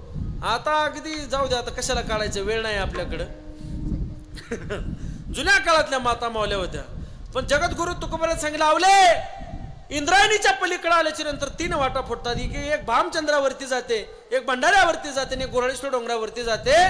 हा प्रत्येक रस्त्यावरची माती तू घ्यायची आणि आपल्या कानाला लावायची. ज्या मातीतून विठ्ठल विठ्ठल आवाज निघल त्या रस्त्याने हा तुकाराम महाराज गेलेला असेल. हा पण आवळीनं काय करायचं, भाकरी करायच्या आणि भाकरी घेऊन महाराज त्या इंद्रायणीच्या पलीकडे यायचं. आणि इंद्रायणीच्या पलीकडे आल्याच्या नंतर प्रत्येक रस्त्यावरची माती घ्यायची आणि विठ्ठल विठ्ठल ज्या मातीतून आवाज येईल त्या रस्त्याने तुकोबराय गेलेत हे समजायचं. त्या दिवशी तुकोबराय भंडाऱ्या डोंगरावरती गेले आणि भंडाऱ्या डोंगरावरती जात असताना भजन करत बसले होते तुकोबराय. पण भजन करत असताना अनेक धर्मकंटकांनी तुकोबरायला त्रास दिला बरं का. असं चांगला कार्यक्रम चालला की लोक आडकाठी घातल्याशिवाय सोडित नाहीत महाराज. चांगलं भजन, चांगला सप्ताह, चांगलं कार्य जिथं चाललं तिथं आडकाठी घातल्याशिवाय लोक सोडित नाहीत. पण चांगल्या कार्याला, चांगल्या माणसाला अडथळे निर्माण होतात. तुकोबराय भजन करत होते, पण भजन करत असताना जिजाबाईने घरी स्वयंपाक करायचा आणि स्वयंपाक घेऊन महाराज भंडाऱ्या डोंगरावरती यायचं. आणि येत असताना महाराज मला काय सांगितलं, जिजाबाईला सुद्धा महाराज दर्शन भगवान परमात्म्याने दिलं. जिजाबाईचा काटा भगवान परमात्म्याने काढला त्या करवंदाच्या जाळीतून. पूर्वीच्या काळात कुठल्या चपल्या हो, आता ही फॅशन आली, कपडेन बिपडेन हे शेंटन बिंटन, लोक ती फवारा मारतात ना, ती काय ते शेंट चपल्या बिपल्या सँडल आता आलं. पण पूर्वीच्या काळामध्ये याच्या सुविधा नव्हत्या. अगदी साधी लोक होते. चावडी तोरडा पडला का, साधी लोक होती महाराज. चपल्याच पूर्वीच्या काळातल्या लोकांना घालायला नव्हते. पण जिजाबाई अनवाणी पायाने मात्र भंडारा डोंगरावरती गेल्या आणि जात असताना तो करवंदीचा काटा जिजाबाईच्या पायामध्ये मोडला. आणि जिजाबाईला महाराज तुकाराम महाराजाला जेवण घेऊन जायला उशीर झाला आणि जिजाबाई तिथं मात्र व्याकुळ होऊन पडल्या. तिथं देवाने गाई राख्याचं सोंग घेतलं. हा आणि गाई राख्याचं सोंग घेऊन महाराज देवाने जिजाबाईचा पाय आपल्या गुडघ्यावरती घ्यावा आणि आपल्या स्वतःच्या तोंडाच्या फुंकीने महाराज तो काटा पुसावा. अरे ज्याच्या चरणाची धूळ स्वतःच्या तोंडामध्ये घालावी देवाने, त्या जिजाबाईचा काय अधिकार असेल. हा सामान्य समजता का तुम्ही? नाही, फार अधिकारी होत्या महाराज जिजाबाई. हा नुसतं लोकाला एवढंच माहिती आहे की जिजाबाई तुकाराम महाराजाला शिव्या देत होती. लोकाला अवगुण बघायचाच लय नाद. पण तुकाराम महाराजांचं प्रमाण आहे, आम्ही न देखो अवगुण पापी पवित्र शहाणा. कोणी कसाही असो पण त्याचा अवगुण बघायचा अधिकार आपल्याला नाही. जो गुण आहे पाटकनी वेचायचा बघा. तो गुण पाटकनी वेचायचा आणि आपलं सार्थक करून घ्यायचं. पण देवाने जिजाबाईचा पाय हातामध्ये घ्यावा, काटा काढावा, आणि काटा काढल्याच्या नंतर जिजाबाईला बरं वाटलं. ती म्हणे अरे कुठला आहे, हा कुठं आहेस तू, काय करत होता? ती म्हणे मी इथं गुरं लागतो. काय नाव तुझं? ती म्हणे माझं नाव विठू. हा, ती म्हणे तूच आहे का तो काळा इठ्या, हा ज्यानं माझा नवरा बिघडवला म्हणे, पाक त्याची राख लांगुळी केली. देवाला सुटीच दिली नाही महाराज जिजाबाई, देवाला सुद्धा शिवे दिल्या जिजाबाईंनी महाराज. निवार धांडुळे काढले देवाचे. पण ते प्रेमाचं असतं, प्रेमामध्ये समजा गोष्टी माप असतात. युद्धामध्ये प्रेमामध्ये सर्व माप असतं. हा बघा, लाडाला आल्या बायका सुद्धा नवऱ्याला बावळट म्हणतात. ऐका, मी तुमचं सांगतोय बरं का, माझं मला याचा बघा, यशोदा सुद्धा महाराज भगवान परमात्मा माझे आछुडे बछुडे राधे रुपडे अनेक वर्णन केलेलं आहे. ती पोरग शेमडा असू द्या, नकटा असू द्या, काळा असू द्या, ती आई म्हणते माझं बबड ग, माझं सोनं ग, माझं कोंबड ग, त्याला प्रेमाने म्हणते. हा, तसं लय धांडुळे काढले महाराज. पण जिजाबाई जगद्गुरु तुकोबारायला भाकरी घेऊन गेल्या. हा, जिजाबाई म्हणल्या देवानी काटा काढला हो. हा, माझ्या तिची जरा आंबाबाईवर लय कृपा होती. आपला असंच आहे, किंवा बुका लावितून ती कुंकू लाविती. हा, असंच आहे. तुम्हाला देव पांढरंग आवडत असलं तर तिला 100% तुळजाची भवानी आवडते. असं विरोधाभास असतो, कधीच एकी नसते. हा, काहीतरी ती म्हणते मला मावल्याची कृपा झाली, देवाने कृपा केली, ही म्हणते मला मावल्याची कृपा माझ्यावरती झाली. असं नाही, असं असते. अनेक गोष्टी अशा सांगितल्या झाल्या. आणि शेवटची कथा मला आपल्या समोर मांडायची आहे. जगद्गुरु तुकोबाराय 9 लाख उंबऱ्याची एक म्हातारी होती. ती बाजार करायला गेली, आणि बाजार करायला जात असताना ऐका, ती तेल आणायला गेली. पण तेल आणायला जात असताना तुकोबाराय बाजारला चाललेले होते. पण ती म्हणली अहो तुकाराम महाराज कुठं चाललंय? ती म्हणे मी बाजारला चाललोय. एवढं तेल घेऊन येतं का म्हणे तुम्ही? ते तेल आणतो ना म्हणले, काय अडचण नाही, तेल आणायला काय लागतंय म्हणले. पण असं झालं, एकदा जगद्गुरु तुकोबारायला त्या म्हातारीला तेल आणून दिलं. म्हातारीनं आणून दिलेलं पावशेर तेल 8 दिवस म्हातारीला गेलं. किती दिवस? आख्या गावात म्हातारीनं प्रचार केला. समद्यात जास्त हाय नेटवर्क म्हणजे माता माऊल्या. माता माऊलीचं एकच वाक्य असतं, तुला म्हणून सांगते. हे वाक्य 10 मिनिटात नाही अख्ख्या गावात झालं तर मला बोला की तुम्ही.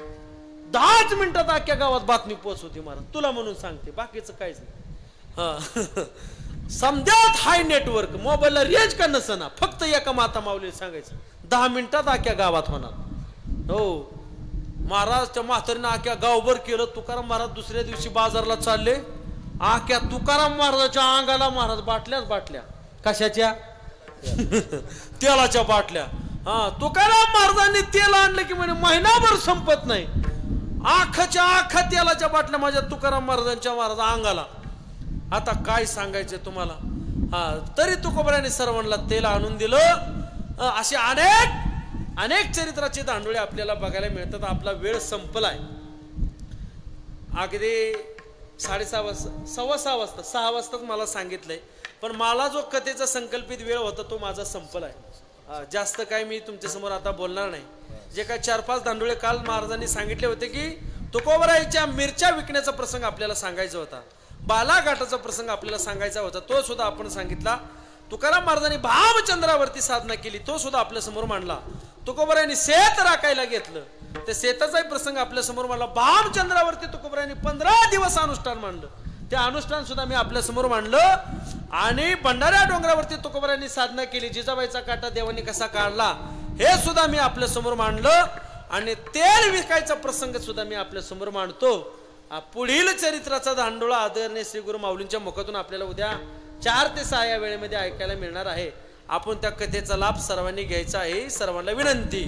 तुकाराम गबरदार विठ्ठल श्री ज्ञानदेव तुकाराम तुकाराम तुकाराम तुकाराम तुकाराम तुकाराम तुकाराम तुकाराम तुकाराम तुकाराम